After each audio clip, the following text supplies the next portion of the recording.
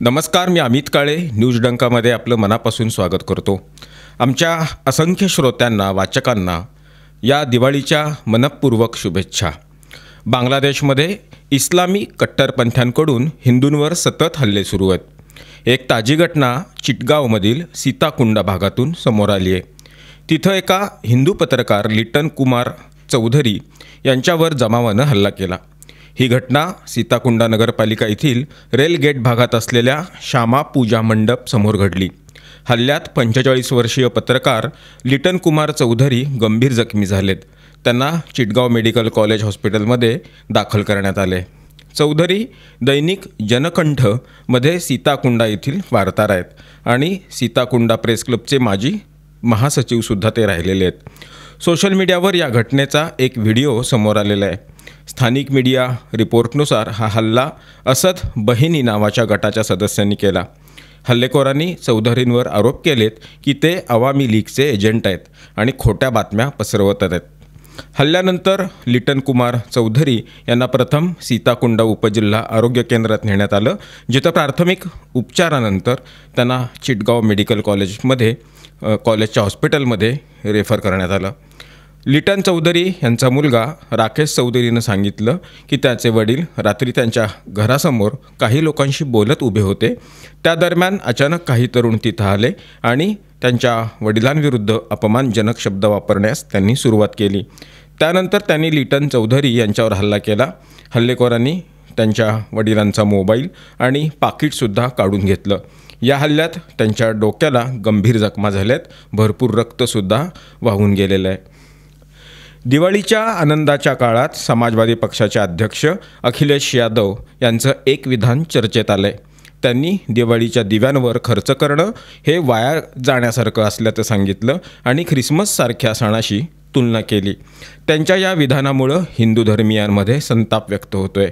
Social मीडियावर सुद्धा यावर भरभरून प्रतिक्रिया उमटलेल्या आहेत। दिवाळी केवळ धार्मिक सण नसून एक संस्कृती, सामाजिक आणि आर्थिक जीवनाशी जोडलेली आहे। दिव्यांच्या निर्मितीमुळे हजारो कुटुंबांना रोजगार मिळतो। अयोध्येतील दीपोत्सवात लाखो दिवे लावले जातात, ज्यामुळे स्थानिक कुंभार कुटुंबांना त्याचा मोठा फायदा होतो। तसंच दिवा प्रकाश फक्त अंधकार दूर करत नाही, तर मानसिक शांती आणि आध्यात्मिक उजाळाही देतो। तुलनेनं ख्रिसमसच्या सणाला लाखो झाडे कापली जातात, प्लास्टिकची झाडेसुद्धा वापरली जातात, अधिकची वीजसुद्धा खर्च होते, त्यामुळे पर्यावरणावर विपरीत परिणाम होतो।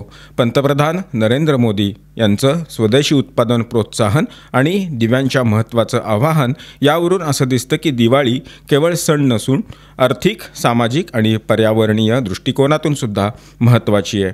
अखिलेश यादव यांचं विधान हिंदू सणांवरील दुश्मनी प्रतीक असं ठरलेलं आहे। त्यामुळं धार्मिक, सामाजिक आणि आर्थिकदृष्ट्या दिवाळीच्या महत्त्वाचा इथं विसर पडतो। समाजानं यावर जागरूक होऊन परंपरेचं महत्त्व समजून घेणं इथं आवश्यक आहे। बिहारमध्ये महाआघाडीतील घटक पक्षांमध्ये जागा वाटप यामधलं वाद आता वाढत आहेत।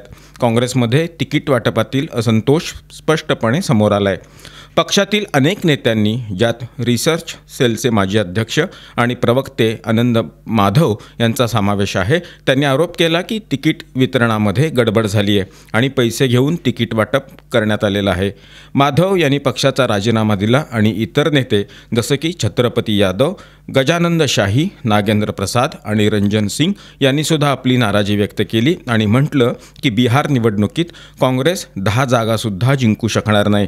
प्रत्यक्षात ही नाराजी छत्रपती यादव यांना यावेळी खगडिया येथून तिकीट न मिळाल्यामुळं व्यक्त झालेली होती। त्यांच्या जागी AICCचे चंदन यादव यांना उमेदवार म्हणून निवडलं गेलं आहे। दरम्यान महाआघाडीत काय ताळमेळ आहे हे यावरून स्पष्ट दिसतं।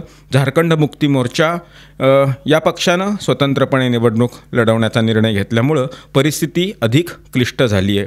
झामुमो 6 जागांसाठी आपले उमेदवार उभे करेल, तर महाआघाडीतील अनेक जागांवर अजूनही दावेदारांमध्येच तणाव आहे। 6 नोव्हेंबर 2025 रोजी पहिल्या टप्प्याची निवडणूक होती आहे, ज्यासाठी सोमवार 20 ऑक्टोबर 2025 पर्यंत नोंदणी रद्द करण्याची अंतिम तारीख होती। पाकिस्तानचे पंतप्रधान शहबाज शरीफ यांनी सोमवारी एक्सवर दिवाळीच्या शुभेच्छांसह शांती, करुणा आणि सर्व धर्म समभावाचा संदेश दिला। त्यांनी आपल्या पोस्टमध्ये लिहिलं की दिवाळीचा प्रकाश अंधकार दूर करतो, सद्भाव वाढवतो आणि सर्वांना शांतता, करुणा आणि सामायिक समृद्धीकडे मार्गदर्शन करतो। पण पाकिस्तानमध्ये हिंदूंवरील अत्याचार, महिलांच्या सुरक्षिततेचा अभाव आणि सनातन धर्मीय स्थळांचे विध्वंस पाहता सोशल मीडिया वापरकर्त्यांनी शहबाजच्या या शुभेच्छांना खूप जोरदार विरोध केला, याच्यावर खूप टीकासुद्धा केलेली आहे। काहींनी असं म्हटलं की थेट पाकिस्तानमधील हिंदूंना मेसेज करावा, कारण तिथं हिंदू बरेचसे राहिलेलेच नाहीत। पत्रकार आदित्य राज कौल यांनी एक्सवर असं लिहिलं की पाकिस्तानमध्ये हिंदूंना मारलं जातं आणि नंतर त्यांना दिवाळीच्या शुभेच्छा दिल्या जात आहेत, हे लाजिरवाणं आहे। लेखक आणि अधिकारी प्रणव महाजन यांनीही शहबाजच्या पोस्टवर टीका केलेली आहे आणि म्हटलं की त्यांच्या सांगण्यामध्ये आणि प्रत्यक्ष कृतीमध्ये जमीन आसमानचा फरक आहे। विभाजन झाल्यापासून हिंदूंवरील अत्याचार सातत्यानं तिथं वाढत आहेत। सामाजिक आर्थिक भेदभावापासून ते धार्मिक अधिकारांवर हल्ले होणं, लहान हिंदू मुलींचं अपहरण, जबरदस्तीनं धर्मांतरण आणि विवाह या घटनांमध्ये दिसून येतं। सिंध भागातील एका कार्यकर्त्यानं असं सांगितलं की गेल्या एका महिन्यात अशी 4 प्रकरणं घडली। पोलीस याबाबत कारवाई करत नाहीत किंवा तक्रार नोंदवण्याचीही वेळ देत नाहीत। पाकिस्तानमधील हिंदू कुटुंब अनेक वेळा शिक्षण, नोकरी आणि व्यवसायाच्या संधींपासून वंचित आहेत। मंदिरांचा विध्वंस, संपत्ती हडपणं आणि पूजास्थळे बंद करणं अशा घटना सतत तिथं घडत आहेत। युरोपियन टाइम्सच्या अहवालानुसार पाकिस्तानमध्ये ईसाई, हिंदू आणि अहमदी या मुसलमानांसह अल्पसंख्याकावरील मानवाधिकार हनन हे सतत वाढतंय आणि पाकिस्तानच्या लोकशाही संस्था पूर्णपणे निष्क्रिय झालेल्या आहेत। मित्रांनो, या व्हिडिओच्या माध्यमातून मांडण्यात आलेले विषय आपल्याला कसे वाटले याबद्दलची आपली मतं, आपल्या प्रतिक्रिया कमेंट बॉक्समध्ये अवश्य नोंदवा। व्हिडिओ आवडला असल्यास तो लाईक करा, जास्तीत जास्त लोकांच्यापर्यंत शेअर करा आणि आमच्या चॅनल आठवणीनं सबस्क्राईब करायला विसरू नका। धन्यवाद आणि नमस्कार।